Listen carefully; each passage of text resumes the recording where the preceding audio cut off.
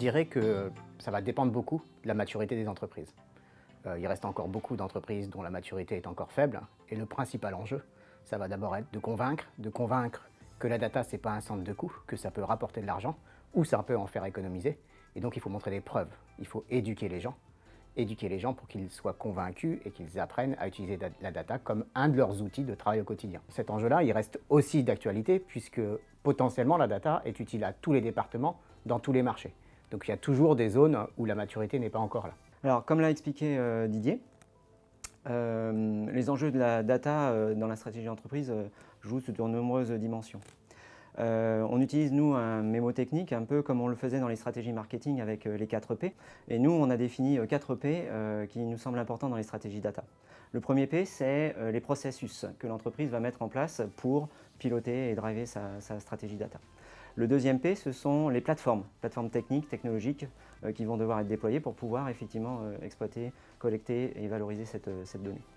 Le troisième P, qui n'est pas le moins important, c'est celui des people, c'est-à-dire l'organisation que l'entreprise va mettre en place au niveau de ses collaborateurs, à la fois les collaborateurs qui travaillent directement sur la data, mais aussi ceux qui sont amenés à l'utiliser et à l'exploiter au jour le jour en fait.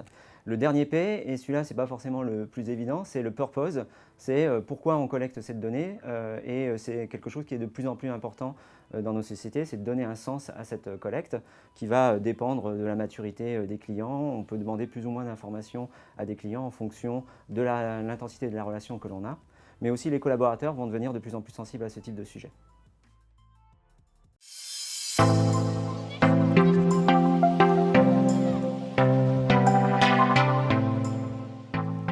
Alors il y a deux types de processus. Le premier axe, c'est l'amélioration des processus existants. L'enjeu de la data, c'est comment je fais pour faire plus vite, de meilleure qualité, le plus rapidement possible. Voilà. Ça, c'est le premier enjeu.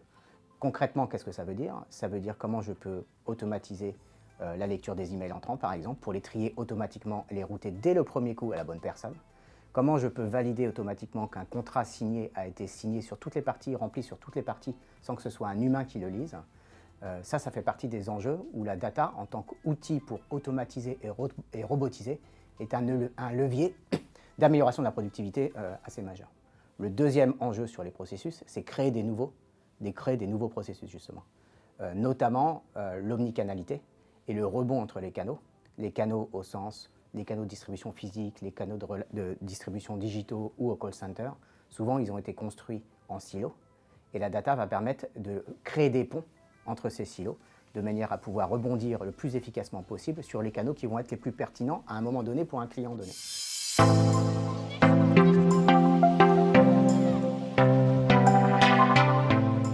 Alors, tout d'abord, je pense qu'on peut dire que nous vivons un âge d'or de la donnée actuellement, c'est-à-dire qu'on a énormément de choses qui sont à disposition.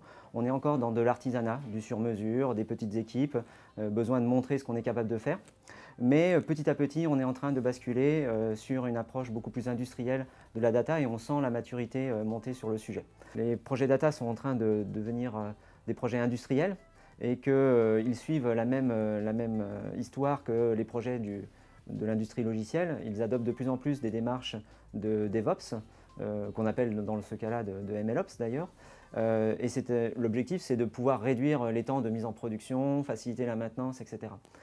De la même façon aussi, les plateformes data dans les entreprises commencent à être de plus en plus présentées sous forme de services que d'autres applications vont pouvoir consommer. Elles vont se présenter sous forme d'API et donc ça va permettre effectivement de faire de la plateforme data un composant à part entière de l'entreprise en tant que plateforme et lui permettre de se recombiner très facilement.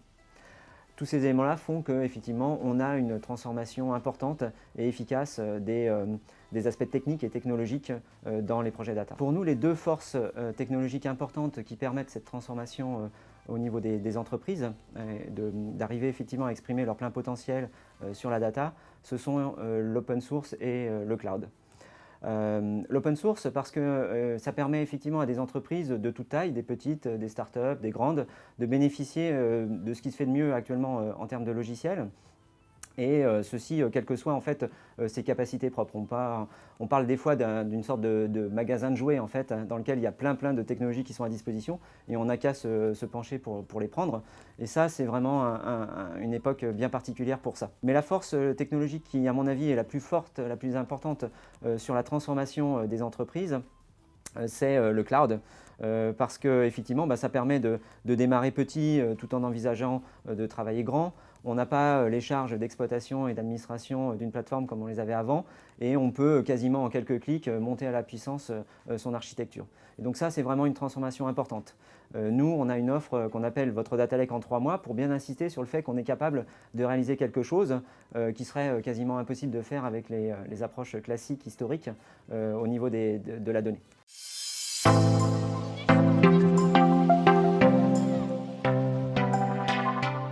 Effectivement, c'est une question cruciale et c'est une question d'autant plus cruciale que les clients sont matures. Et on le voit aujourd'hui, par exemple, on a un certain nombre de clients où ils mobilisent autant de personnes pour gérer le change management, l'appropriation par les métiers des outils data qui leur sont mis à leur disposition. Ça prouve bien que c'est essentiel dans la réussite d'un projet d'accompagner au changement des métiers qui vont se transformer, des processus de travail qui vont évoluer. Il va falloir accompagner les gens dans ces nouveaux usages et ces nouveaux processus, parce qu'il y a beaucoup de freins.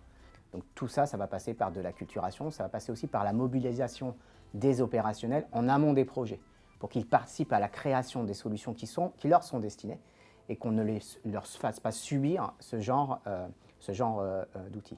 Ça passe par la formation à la fois des profils data sur les nouvelles technologies, mais aussi des métiers dans l'usage qu'ils vont en faire. Il ne faut pas oublier aussi l'IT, qui peut avoir peur de tout ce qui va être cloud, qui peut-être potentiellement est une perte de pouvoir pour elle. Et donc, il faut aussi penser à l'acculturation au niveau IT. Comme la transformation digitale, en fait, la transformation data apporte des nouveaux modes de travail.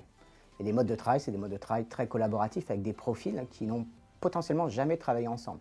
Vous allez avoir dans une même équipe, une même feature team, des gens du business, des gens du métier pour qui on travaille, pour qui on construit la solution, des gens de la data, des data scientists, qui ne sont souvent pas les meilleurs communicants, ce n'est pas leur première qualité, des gens de l'IT qui vont être là pour anticiper le déploiement de ce cas d'usage.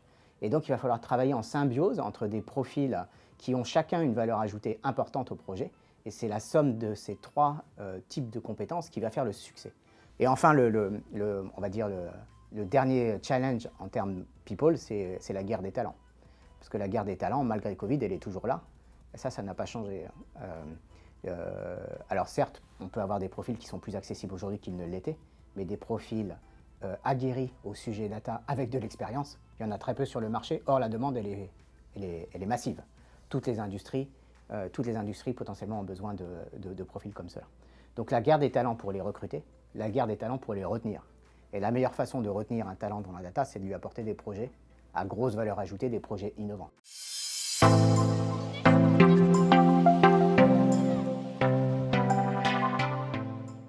Alors effectivement, un point important, le P de Purpose, c'est de donner du sens à l'exploitation qui est faite des données. Et ceci vaut aussi bien pour les clients, les prospects de l'entreprise qui sont en interaction avec l'entreprise, mais aussi pour les collaborateurs. Ça porte sur la collecte de données, le fait de récupérer et de collecter ces informations, mais ça porte aussi ce besoin de sens sur les algorithmes qui sont utilisés. Mais on va quand même demander à l'entreprise de mettre en place un certain nombre de processus qui vont lui permettre, surtout dans des cas critiques, quand ça relève effectivement de choix importants pour la vie des gens, de mettre en place toute une série de dispositifs s'assurant que les modèles ne feront pas de discrimination. Les régulateurs, les législateurs en Europe ont déjà commencé à travailler sur ce sujet-là et ont mis en place toute une série de régulations pour éviter ce genre de problème. Mais ce que l'on voit apparaître aussi, c'est une demande des collaborateurs. C'est peut-être un peu plus visible au niveau des États-Unis, où on a chez les GAFAM, par exemple, un certain nombre de groupes de parole au sein des entreprises qui essayent de construire une sorte d'éthique interne à l'usage qui est fait des données et qui vont demander à l'entreprise de mettre en place des garde-fous contre des usages de la donnée en tant que collaborateurs eux-mêmes. Ils ne veulent pas travailler sur un certain nombre de projets qui les inciteraient à faire des choses qu'ils désapprouvent moralement et éthiquement. Ce P de Purpose, il va devenir de plus en plus important, je pense, dans les mois et dans les années qui viennent et peut se rattacher à tout ce que l'on voit autour de la data.